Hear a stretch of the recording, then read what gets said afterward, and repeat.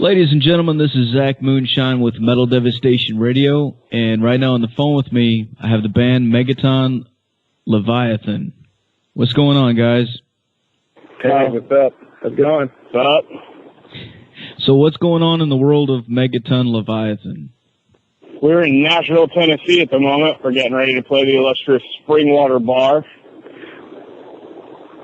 Nice. So, I'm sorry, go ahead. This is Andrew here. We're on tour in support of our new release, Past 21, Beyond the Arctic Cell. And we're on our way back west. So, yeah, here we are in Nashville.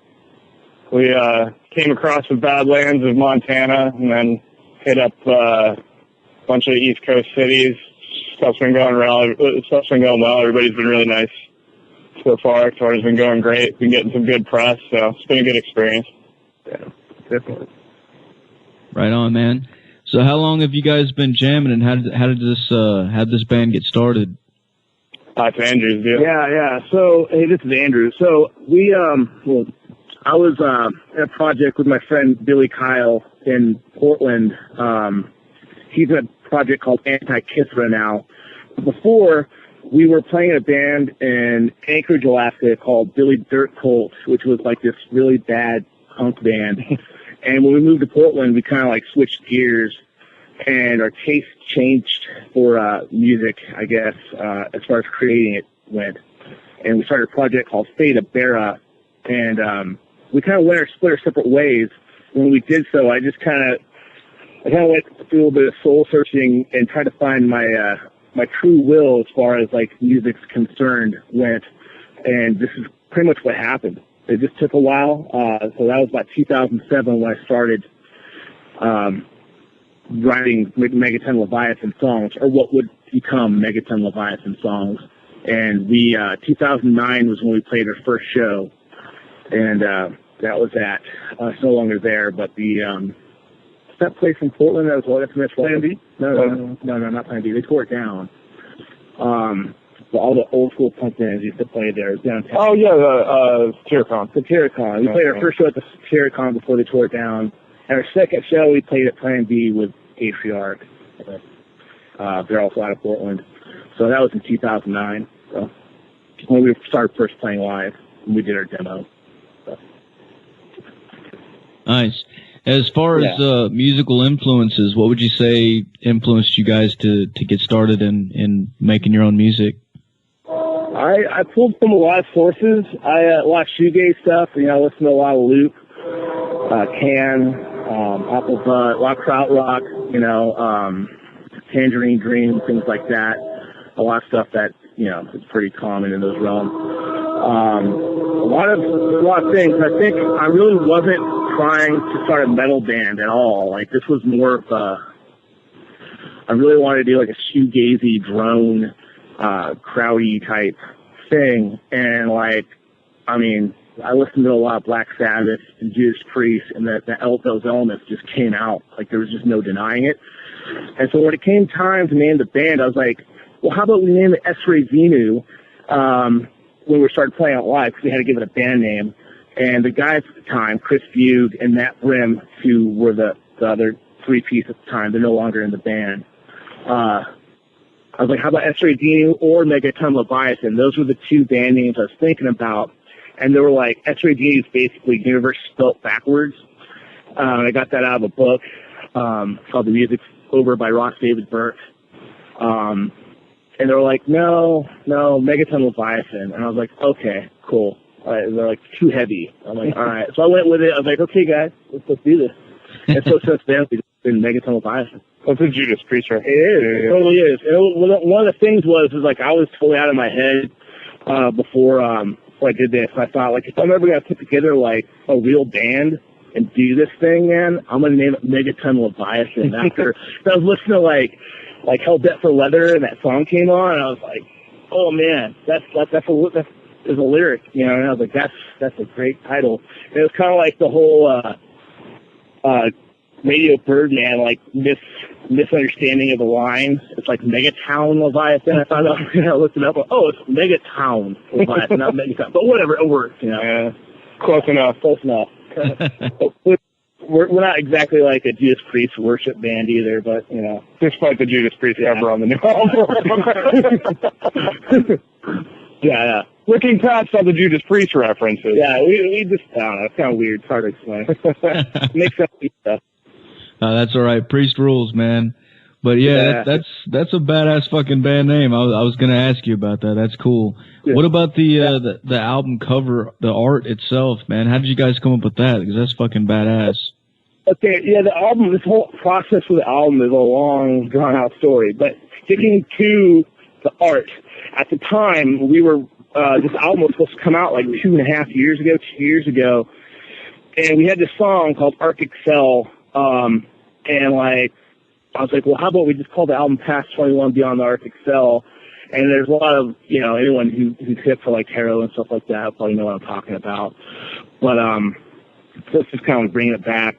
You know, you're at the beginning or whatever. Anyway, but the cover, man, I used to live in Alaska. I moved from Modesto, Turlock, California to Anchorage, Alaska, and like Chris Bugh, the bass player, and we were kind of collaborators for a while in the beginning. Was like, dude, let's find a picture of the Aurora Borealis. I'm like, that is a really bad idea. That's like so touristy. I was like, dude, like, I don't know if you've been to Alaska, but like those postcards, you see it like, and you kind of like truck stop or wherever it's going to be there, you know. And he found this one picture of this, like, the album cover, what became the album cover. And I saw it, I was like, you know what, that's actually kind of cool. I can get with it. And I kind of slowly turned, you know, I was like, okay, cool. Like, this is all right. And so we asked the guy who took the picture of that permission. There's this German person named Renee Freytag, and they took that picture somewhere in the middle of Iceland. So, so that's kind of cool. They let us use it. Some like abandoned house out in the middle of like nowhere in like Reykjavik or something. So, that's how that came about. Very cool, man. Now, as far as like the themes that you guys have on the songs, what can you tell us about that? That's kind of a hard question for me to answer. It's a lot of stuff really personal. I use it like most musicians. I use it as like a transmutative experience for myself. I just draw from these places that I've been, and I try to like, transcend it, get beyond it, and like make it a place where it makes sense and it takes me somewhere where I need to be, you know. And that's and if I help people go there with it, then that's kind of like, you know, wherever they need to be, wherever their journey is, you know what I mean? Like and that's kind of like how I try to do things. But a lot of these songs, you know, Arctic Cell is just about just getting lost, man. Like you go on this long journey or whatever, towards temperance or whatever. And it's kind of a long, dark hallway. There's a lot of illusions and things like that. And it's just being like, all right, I need some light here. Where is it? You know, illuminate my path, bro. The music really facilitates that too. Like because we've been seeing a lot of descriptors of like, you know, like the music is a journey, or you know, like a doorway, or like it's kind of like delivered from like some sort of like celestial place or whatever. And that's we were those of us in the beginning, like Chris Bugh was a major proponent in that like thing, and he came from like the Wolves of Throne Room camp, like he's connected to those dudes, so he brought a lot of that stuff into it, and like I gravitate towards it right away. I was like, yeah, totally, I hit for that, and we embraced our own thing. So in the live element, in the beginning, like before this album came out, we used to do a lot of like ritualistic type things during the interludes or through songs. Like as you could tell, there's a lot of moments where there isn't like a lot of stuff going on other than like synths and drones and weird things. And so we'll do like some weird stuff during that. So yeah, there's a lot of layered things going on with it. Philosophically, I guess that would be the term. Yeah. Very cool, man. Now, as far as your the local scene, you guys, are you based out of Portland? Is that what you were saying earlier? I think. Yeah, we're a Portland band technically, yeah, but we're all from like other places. Like Marcus lives in Santa Cruz. I traveled everywhere. I'm just kind of like, I've been in Portland for quite a while, but whether or not I call it home is kind of up to, you know, wherever I put my head down is home. But for the moment, Portland's home. Yeah, we're a Portland band. I mean, I've lived there since 2004, man. Like, we know everybody, like, in Portland. You know, you go out to a show and you see guys from, like, you know, just tons of other bands and stuff. We know everybody. So we're Portland band. More or less, for good or bad, whatever that means. You know. So the local scene there is pretty close knit.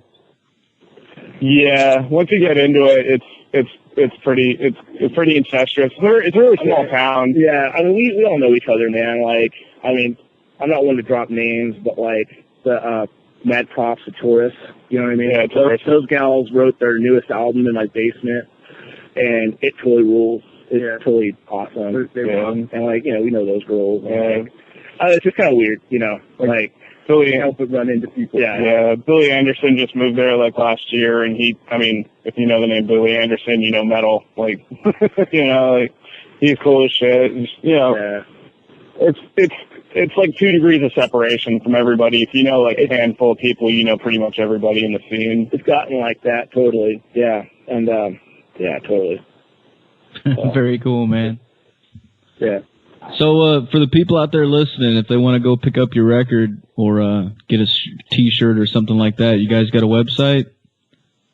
It hasn't been updated in forever, man. Like it's in the process. It's in the process. We have an official Tumblr. What is it? Megaton Tumblr? I don't know. Okay, it's Megaton Leviathan official at Tumblr. You can send the Seventh Rule for the records. Yeah, Seventh Rule has the records. His website, seventhRule.com. SeventhRule.com will have the records for sure. We've got a limited edition. We may or may not be out of them, but we've got really nice like splatter print. Like, colored up. Yeah, you'd have to go through Seventh Rule to get those. Yeah, those are super duper nice, and they're so well priced too. Like, I think it's like 13 for the black EP and then 15 for the black vinyl, and then 15 for the colored vinyl. And it's a gorgeous album. Just objectively, it's just like a work of art, you know. Like, yeah, totally. They did a great job. Yeah, got really delivered on that. Yeah, Seventh Rule Bros, definitely. Yeah. Nice. So, what kind of plans do you guys have for the future? We got big plans, actually. We got a lot of stuff. We're gonna play on the first, Saturn, one of the moons out there. Yeah. So we're playing Giza. We're going after Pink Floyd. Yeah. They're gonna send us to Saturn and a light. Yeah. David Gilmour, we're coming for that ass. No, we got. We're finishing up this tour. We got another 5 dates on this tour. It's New Orleans tonight, Nashville. Tomorrow, New Orleans. Austin, Dallas, Colorado. Yeah, Friday in Denver. And it's been a while since we've been in Denver. Yeah. And then we go back home, and then we've got, there's a split coming out with... Oh, yeah, we're kind of split with my bros in L.A. Their noise project called Actuary.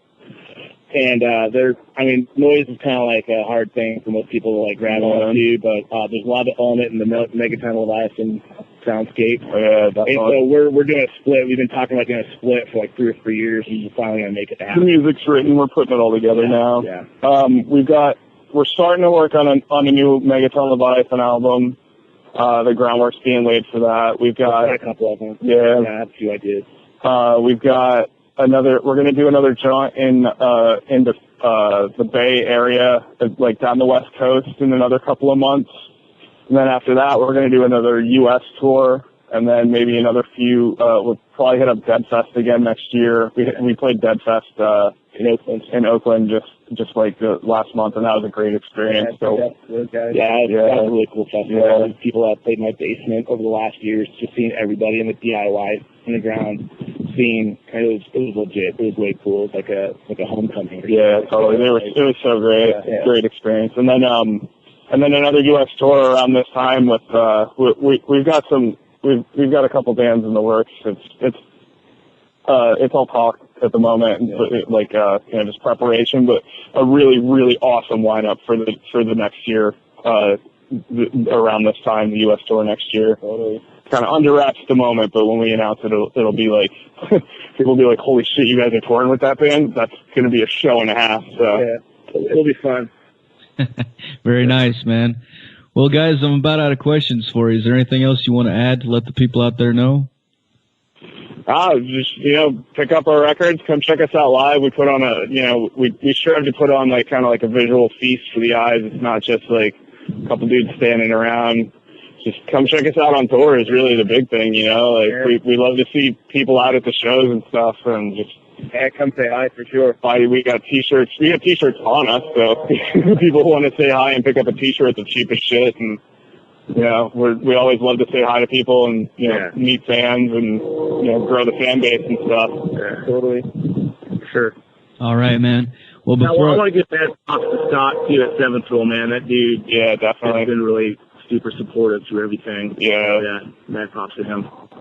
Nice, man. I'm gonna put a link and I'll put a link to both the Seventh Rule and the album and everything on the website for people to check it out too. Excellent, man. Thank you so much. Well, before I let you guys go, I got to get you to make us a station tag. Cool? Yeah, definitely. All right, man. Just say your names, that you're from Megaton, Leviathan, and you're listening to Metal Devastation Radio. This is Andrew James Costa Roysher at Megaton Leviathan. You're listening to Metal Devastation Radio. This is Mort Beat from Megaton Leviathan, and you're listening to Metal Devastation Radio. This is Marcus Cavello from Megaton Leviathan, and you're listening to Metal Devastation Radio.